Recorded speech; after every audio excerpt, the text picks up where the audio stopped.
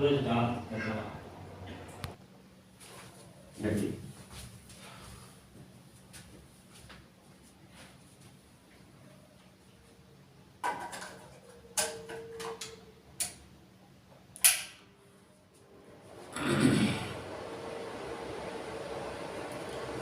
आज साधना का शुभारंभ से लेकर आज तक 73 दिन हो गया। आज 73वां दिन है, तारीख 17 जनवरी 2022, दिन सोमवार।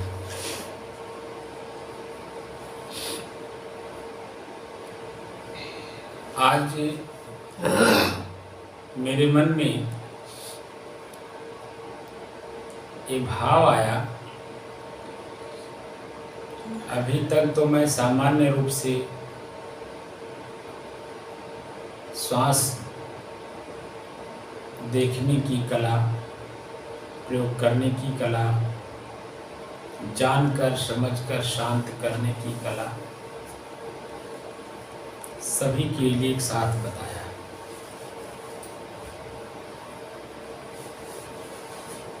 लेकिन आज मेरे मन में एक उत्साह, एक उमंग के साथ अपनी माता, बहन, बेटियों के लिए एक साधना का, इस साधना से उन्हें क्या लाभ है कहने के लिए उत्सुक हो रहा हूं।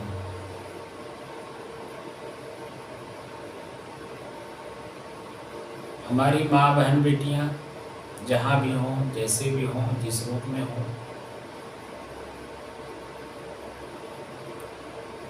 मैं चाहता हूं कि वह सुखी, संतुष्ट, प्रफुल्लित और प्रसन्नचित रहें। यह हमारी शुभकामना है। साथ साथ मैं चाहता हूं कि समाज, पहले तो परिवार के सदस्य, नात पात, हित मित्र, गांव गढ़ी, टोला मोहल्ला, राज्य, देश, सभी के मूल जड़ में अगर देखा जाता है तो माँ ही एक ऐसी शक्ति है जो समाज को परिवर्तन करने की क्षमता रखती है।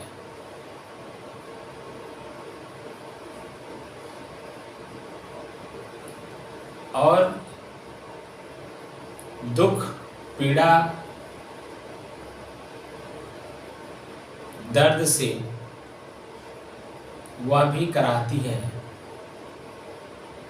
जिस समय जिस तरह का भाव उसके मन के अंदर में उठता है, अपने बच्चे को उसी तरह से वो शिक्षा देती है।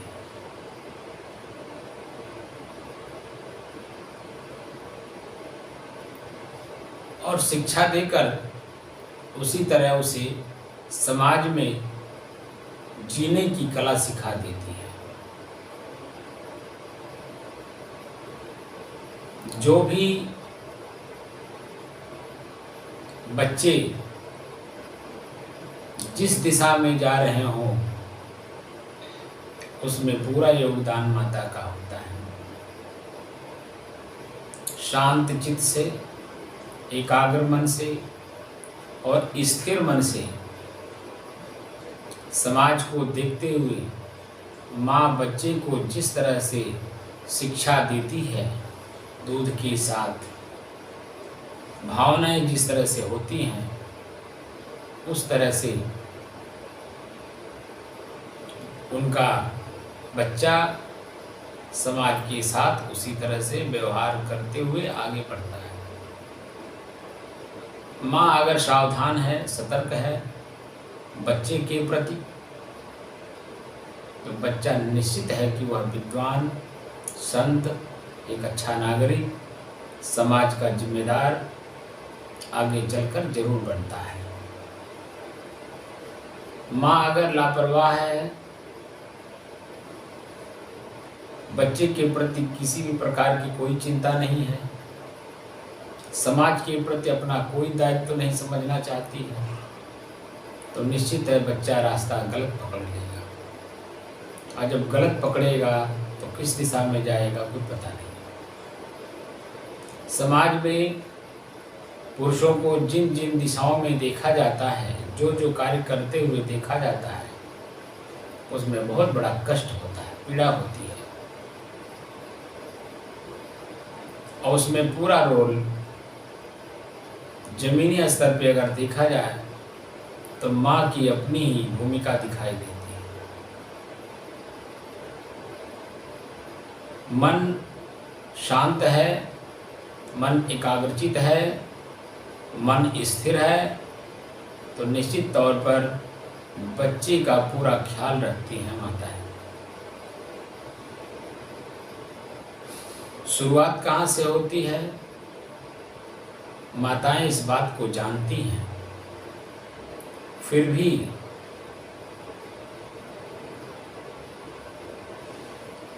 कभी कभी अचेत हो जाती हैं।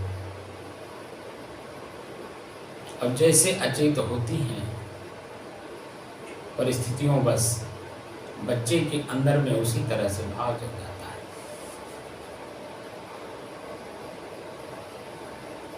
जिस समय बच्चा माँ के गर्भ में आता है, गर्भ ठहरता है, उस समय से लेकर बच्चे को बाहर निकलने तक 9 महीने का जो समय होता है,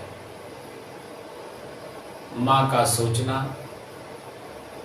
माँ का चिंतन, माँ का बोलना, माँ का खाना पीना, देखना, सब बच्चे का होता है। माँ अगर माँ है, उसके अंदर में ममत्व तो है, तो निश्चित तौर पर वो अपने बच्चे को एक अच्छे नागरिक के रूप में समाज में प्रस्तुत करती है। यानी गर्भ ठहरने से लेकर बच्चे को बाहर निकलने तक, या जब तक साल, 1.5 साल, 2 साल, 3 साल, किसी किसी को देखा जाता है 5-5 साल तक बच्चे माँ का दूध पीते हैं। माँ के संपर्क में बच्चा जब तक रहता है, माँ की सारी गतिविधियों को ही सीखता है, देखता है, माँ की ही बातों को सुनता है। उसके अंदर में उसका चित्त, मन पूरा कागज होता है। जब वह माँ के द्वारा कान में शब्द सुनता है, वह उसके अंदर में फिट होता है। गर्भ ठहरने के बाद माँ जो देखती है, जो सुनती है, जो बोलती है, जो करती है, सब बच्चे का क्रियाकर्म होता है। उसी तरह से क्रियाकर्म होता है, क्योंकि जो बच्चा गर्भाशय में है, माँ के सिस्टम से जुड़ा हुआ है। खाना पीना, सोना जागना, सब कुछ सिस्टम माँ के सिस्टम से जुड़ा हुआ होता है। भौतिक रूप से देखा जाए तो चेतना से जुड़ा रहता है। भौतिक यानी पंच प्रकृति का जो नियम है, वो सारे नियम माँ के शरीर के द्वारा बच्चे के शरीर का उसी तरह से गठन होता है।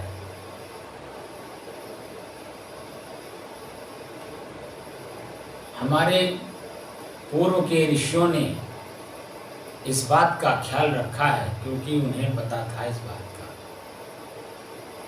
आज हम अपनी अंदरूनी शक्तियों को जानना नहीं चाहते हैं, इसीलिए भटक जा रहे हैं। पूर्व के ऋषियों ने राजा महाराजा के यहाँ सलाहकार हुआ करते थे, उनके मंत्रिमंडल का हिस्सा हुआ करते थे, तो शिक्षा दिया करते थे कि राजन, आप पुत्र किस तरह से चाहते हो? विद्वान चाहते हो, संत चाहते हो, पराक्रमी चाहते हो, सूरवीर चाहते हो, कैसा पुत्र चाहते हो? तो जिस तरह से उनका भाव होता था, उस तरह से उनको शिक्षा दिया जाता था कि माँ जो बच्चे को जन्म देगी, बच्चा जन्म से 20 साल पहले उसे सुधार लिया जाए। बच्चे के जन्म से 20 साल पहले बच्चे को सुधार लिया जाए। ये बात नीति में लिखी हुई है। पुरानी नीतियों में बातें बहुत अच्छी अच्छी भरी पड़ी हैं। उसी तरह से माँ के साथ व्यवहार कराया जाता था। अगर विद्वान और संत एक अच्छा नागरिक के रूप में चाहते हैं तो कथा, वार्ता, सत्संग, इस तरह से माँ के साथ व्यवहार होना चाहिए, शालीनता का बर्ताव होना चाहिए। 20 साल बच्चे को सुधारने से तात्पर्य है कि स्वयं सुधर जाइए। आप जैसा स्वभाव रखते हैं, जैसा विचार करते हैं, आपका जो शरीर है, शरीर के जो अंग हैं, वो सारे उसी तरह से काम करते हैं। आपका भोजन उसी तरह से होता है, आपके विचार वैसे होते हैं, चिंतन वैसा होता है, सब कुछ एक दिशा में जब होता है तो आपका जो पुत्र पैदा होगा वह भी आप ही जैसा होता है, जैसा आप चाहते हैं। लेकिन 20 साल पहले नहीं जानकारी है, न जान रहे हों ऐसी गतिविधियों को, ऐसी विधि विधान को, तो जब से ही समझ में आ जाए उसी समय से, उस क्षण से अपने को एकदम एकाग्र कर लीजिए, स्थिर कर लीजिए और मन को शांत कर लीजिए। और बच्चा कैसा चाहते हैं, पुरुष का भी कर्तव्य होता है कि अपनी पत्नी के साथ वैसे ही व्यवहार करे जैसा वह पुत्र चाहता है। माँ का भी कर्तव्य होता है उसके बच्चे कैसे चाहते हैं, दोनों का मन एक हो, स्त्री और पुरुष का, उसी तरह से दोनों व्यवहार करें तो आपका जो पुत्र पैदा होगा उसके स्वभाव में, विचार में, आचरण में, तीनों में एक रूपता दिखाई देती है।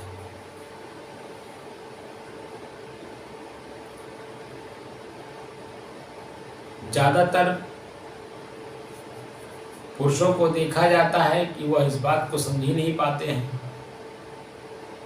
न समझने के कारण जब मन करता है, जब जी चाहता है, बच्चे को पैदा कर देते हैं। समाज में उसी तरह से बिखराव होता है। माँ फिर भी समझती है, इसलिए उसके चलने में, बोलने में, समझने में,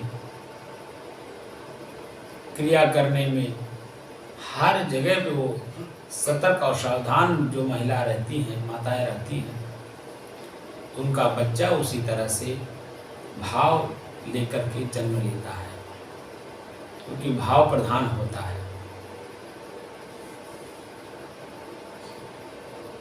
माताओं को चाहिए कि अपने स्वभाव को पहले से सुधारें। तो सुधारने के लिए क्या करना है? आज का जो समय है, इस वर्तमान समय को देखते हुए अच्छी चीज़ों को पढ़ें, अच्छे विचारों को सुनें और अच्छे कार्य स्वतः करें।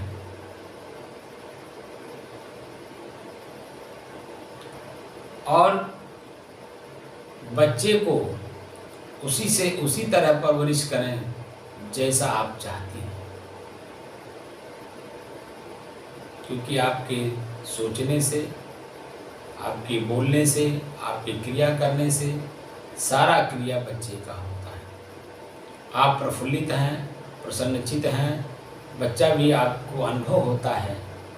आप जानती हैं कि मेरा बच्चा मेरे गर्भाशय में हंस रहा है। जब आपका मन शांत रहता है, सारी गतिविधियों के बारे में आपको पता रहता है, हमारे बच्चे का इस समय क्या स्थिति है, उसके लिए जो साधना मैं करा रहा हूँ, इस साधना को आप अवश्य करें।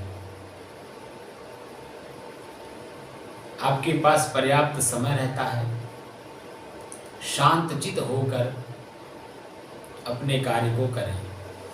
तो शांत चित्त कैसे होगा? शांत चित्त का मतलब शांत मन। मन शांत कैसे होगा, इसकी विधि आप जान लें। आपको कोई परिश्रम नहीं करना है। जिस परिश्रम के कारण आपके मन के अंदर में किसी प्रकार का उद्वेग पैदा हो, ऐसा नहीं है, बल्कि एक ऐसा साधन हमारे ऋषि महर्षि संत महात्मा सहज भाव में दे गए हैं, जो कहीं भी किसी भी परिस्थिति में, किसी भी रूप में आप जहाँ भी हों वहाँ ही कर सकते हो। इतनी सहज का मतलब सरलता से है कि हम कहीं भी किसी भी रूप में जहाँ भी हों वहीं हम अपने साधन का उपयोग कर लें और साधन का उपयोग करके अपने आप को तृप्त कर लें, अपने आप को संतुष्ट कर लें।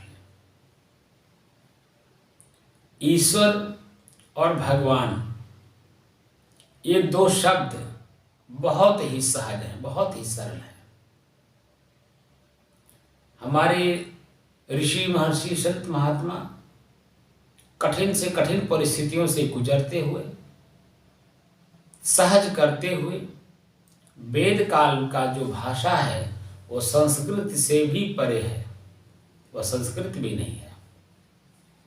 उस समय की वो भाषा है, जिस समय में ऋग्वेद बना था, उस समय में जो भाषा थी, जो समाज के अंदर में अपना सहज भाव से बोलने चालने का भाषा था, उस भाषा में